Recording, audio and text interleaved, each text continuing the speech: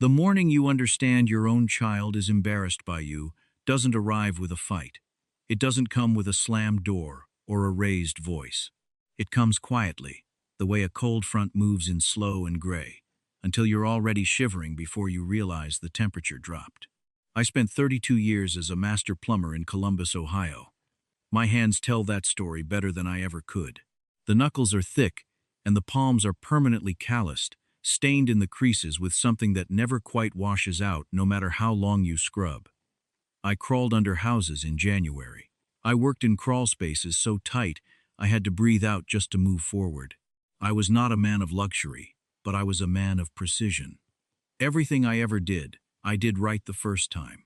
I saved carefully, invested quietly, and by the time I was 63, I had built a retirement that was solid as the copper pipe I laid for 3 decades. My late wife Donna passed 4 years ago. Pancreatic cancer. She was gone in 11 weeks from the day we found out. In that last week, when she could barely speak above a whisper, she held my hand and made me promise one thing. She said, "Walter, make sure Derek has a foundation. Don't let him struggle the way we struggled." We had married young with nothing. There were winters in our first apartment where we chose between heat and groceries. Donna never forgot that cold, and she never wanted it for our son. So I made her the promise, and I kept it. When my son Derek married Amber 3 years ago, I wanted to do something real for them, not a check at the wedding, not a savings bond, something that would actually change the shape of their daily life. Derek was 31, working in pharmaceutical sales, pulling in about $58,000 a year before taxes. Amber worked part-time at a dental office. Together they were doing okay, but they were not doing what Derek seemed to believe they were doing. He had expensive taste and a selective memory when it came to bank statements. They found a house over in Westerville, a 4-bedroom craftsman on a quiet street called Birchwood Lane. Beautiful house. More house than they needed, but Derek fell in love with the garage and the back deck, and Amber loved the kitchen, and I could see how much it meant to them. The carrying cost on that house, mortgage, taxes, insurance, HOA, came out to $4,200 a month. Derek's take-home after taxes was right around $3,800. I never said a word about that gap to Derek.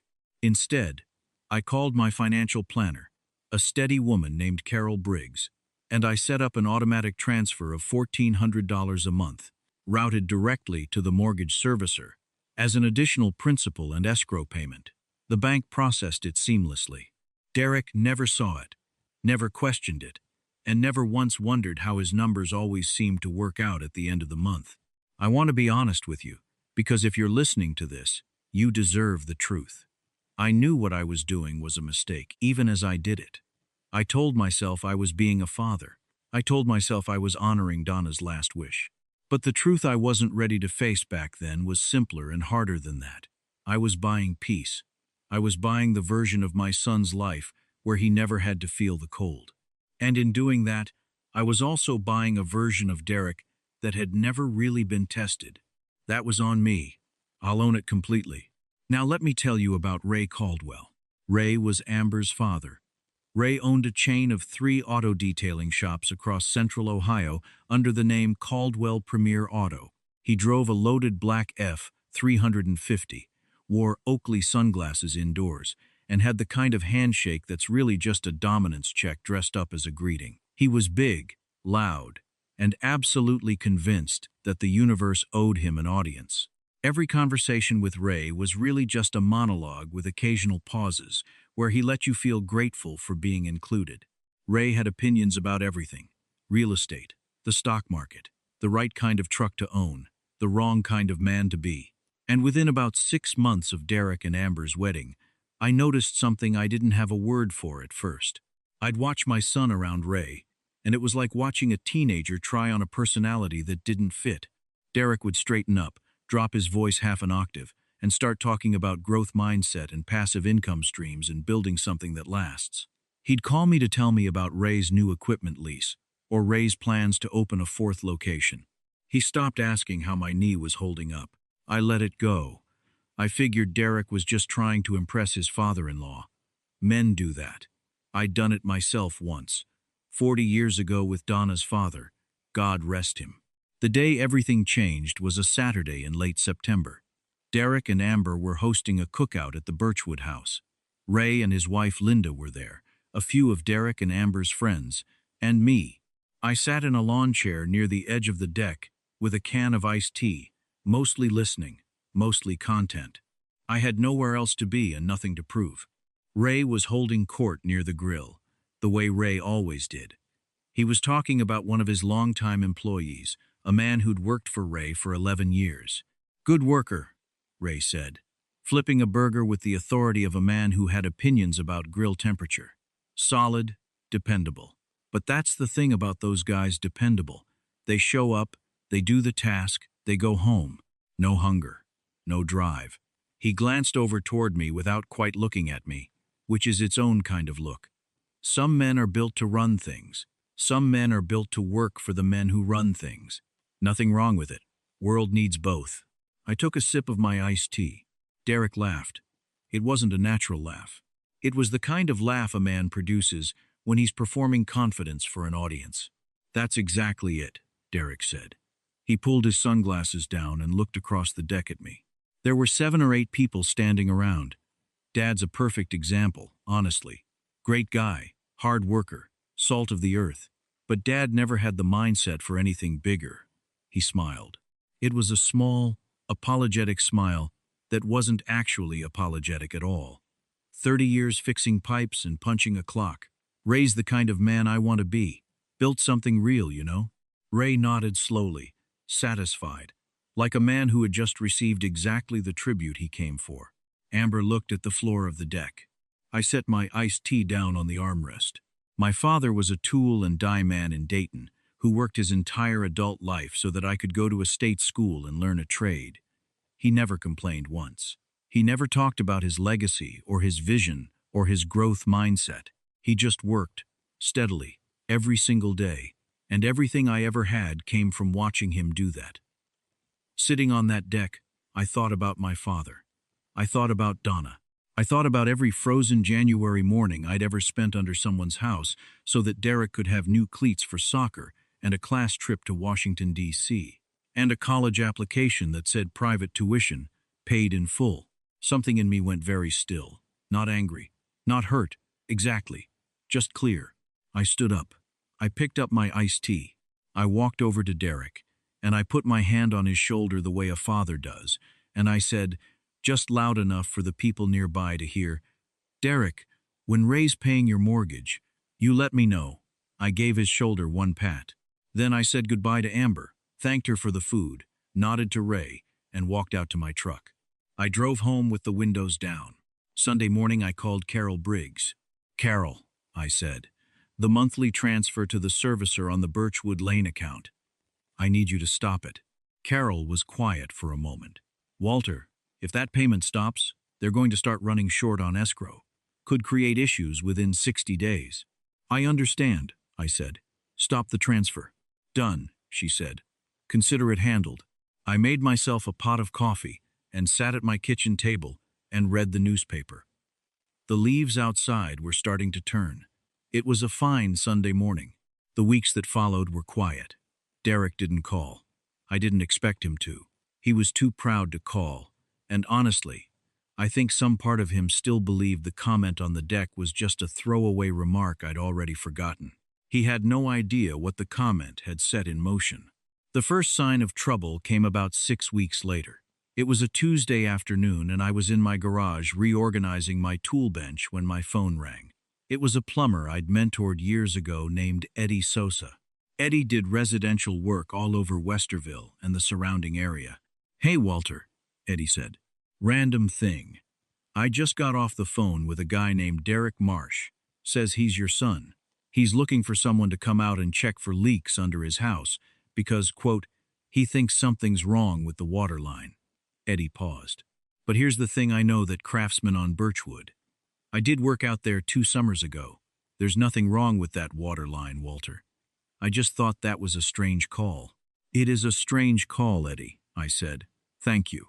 I knew exactly what had happened. The escrow shortage had triggered a notice from the mortgage servicer, a letter about an adjusted monthly payment. The number would have looked higher than what Derek thought he was paying. And Derek, rather than sit down and actually read his mortgage statement for the first time in 3 years, had convinced himself there must be some kind of water damage or structural issue causing a miscalculation. He was looking for an explanation that wasn't the real one. He didn't call me. He called a plumber. But the real explanation was coming for him on its own timeline. About 2 weeks after that, Derek did call. It was a Friday evening and I was making dinner. He was trying to sound casual and not quite succeeding. "Hey, Dad. Hey, so question. The mortgage payment. The servicer sent us a letter saying our escrow account is short and our payment is going up. Did something change on your end?" There it was. "I don't know what you mean, son," I said. "My end of what?" Long pause. "I just thought, didn't you used to? I thought you had some kind of arrangement." "Derek," I said, "your mortgage is your mortgage. I've always believed in letting a man handle his own house." Another long pause. I could hear him breathing. "Right," he said. "Yeah, no, of course. I'll figure it out." He said goodbye and hung up. I went back to making my dinner. What Derek did next, I heard about later through Amber's cousin Patty, who had always liked me and never quite trusted Ray. Derek did not sit down with a budget. Derek did not call the mortgage servicer to set up a payment plan. Derek drove over to Ray Caldwell's newest location, the one in Gahanna, and walked into Ray's office unannounced on a Monday morning, and told Ray that he and Amber were in a bind and needed a short-term loan of about $9,000 to bring the mortgage current and cover the escrow shortage. Ray Caldwell, the man who had built something real, the man whose mindset Derek wanted to emulate, the man who had nodded slowly and accepted tribute on a September afternoon. Ray looked at Derek across his desk and said, "Son, I don't mix personal loans with family. That's how you ruin both." He slid a business card for a credit union across the desk and told Derek to talk to their lending department. Then he took a phone call. Derek sat in the parking lot of the Gahanna detailing shop for 40 minutes before he drove home. What Derek didn't know, and what most of Ray's inner circle was only starting to whisper about, was that the third Caldwell Premier location had been bleeding money since it opened. Ray had overexpanded, taken on equipment loans he was stretched to service, and was currently in the middle of a dispute with a commercial landlord over 2 months of unpaid rent at the Dublin location. Ray Caldwell was not in a position to loan anyone $9,000. Ray Caldwell was managing his own quiet emergency and hoping nobody noticed. The empire had some significant cracks in the foundation. The night Derek came to my house was a Wednesday in late November. It had been raining all day, one of those cold gray Ohio rains that feels like the sky gave up. I was in the living room watching the news when I heard a car pull into the driveway. A few seconds later, the doorbell rang twice, quick and anxious. I opened the door. Derek was standing on the porch without a jacket, just a flannel shirt, completely soaked across the shoulders. He looked like he hadn't slept properly in days. He was 34 years old, and he looked about 19, standing there in the rain, which is how I knew things had finally gotten real enough to cut through the performance. "Dad," he said. His voice was flat and tight, the way voices get when a person has run out of room to pretend. "I need to talk to you." I pushed open the storm door. "Come in. You're soaked." He stepped inside and stood in the entry hall, dripping on the mat. I handed him a dish towel from the kitchen. He pressed it to his face and held it there for a moment. "The bank sent a certified letter," he said, his words coming out carefully, like he was reading from something. "We're 60 days behind. If we don't bring the account current in the next 15 days, they start the formal process. It's $9,400, Dad, between the shortage and the late fees." He looked up at me. "I went to Ray. He said no. He said to go to a credit union. I went to a credit union. They want a co-signer." He stopped. "I can't do this. Amber is scared. I'm scared. We're going to lose the house." I walked to the kitchen and he followed me. I didn't say anything right away. I put the kettle on. I got 2 mugs down from the cabinet. Then I turned around and looked at my son. "Do you remember what you said on the deck in September?" I said. Derek closed his eyes. His jaw tightened. "Dad, I'm not asking to fight about it," I said. "I'm asking because it matters. What did you say?" He opened his eyes. I said Ray was the kind of man I wanted to be. He said it quietly, like it tasted bad now. I said you never had the mindset for anything bigger. In front of 7 people, I said. In front of your wife. I know. You looked at a man who spent 32 years crawling under houses so you could go to a university with no debt. And you told your father-in-law he was more of a man than I was. I kept my voice level. I wasn't angry. Angry would have been easier to dismiss. You said that in my grandchildren's backyard, on a house whose mortgage I was quietly carrying for 3 years without ever asking for a thank you. Derek's mouth opened. 3 years? He said. $1,400 a month, I said. Routed directly to your servicer. You were short every month, son. You just didn't know it because I didn't want you to feel the pressure of it. That was a mistake I made. I thought I was protecting you. I was actually just making sure you never learned what your own bills cost. He stared at me. He sat down heavily in one of the kitchen chairs. The color had left his face in a way that reminded me of when he was 12, and I'd told him his dog had died. Why didn't you tell me? He said. I should have, I said. That part is on me. But Derek, you never asked. For 3 years, you never sat down and did the math. You never looked at your bank statements and said, this doesn't add up. You just assumed it was working because it always worked. That's not Ray's fault. That's not my fault. That's a man who has never been made to be responsible for his own numbers. He didn't say anything. The kettle began to rumble. I went to Ray, he said finally, quietly. He wouldn't help. He gave me a credit union card and took a phone call. I know, I said. He's broke, isn't he? It wasn't quite a question. Ray is navigating some significant challenges with his business, I said carefully. That's his private matter.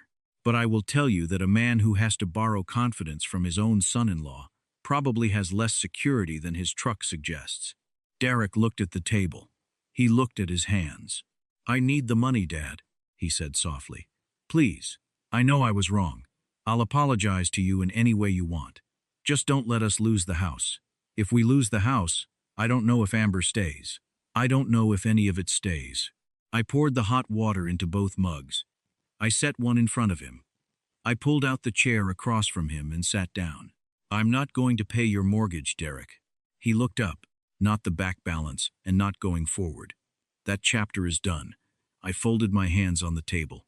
But I'm going to tell you exactly what I think you should do, and if you're willing to listen, we can sit here tonight and work through it together.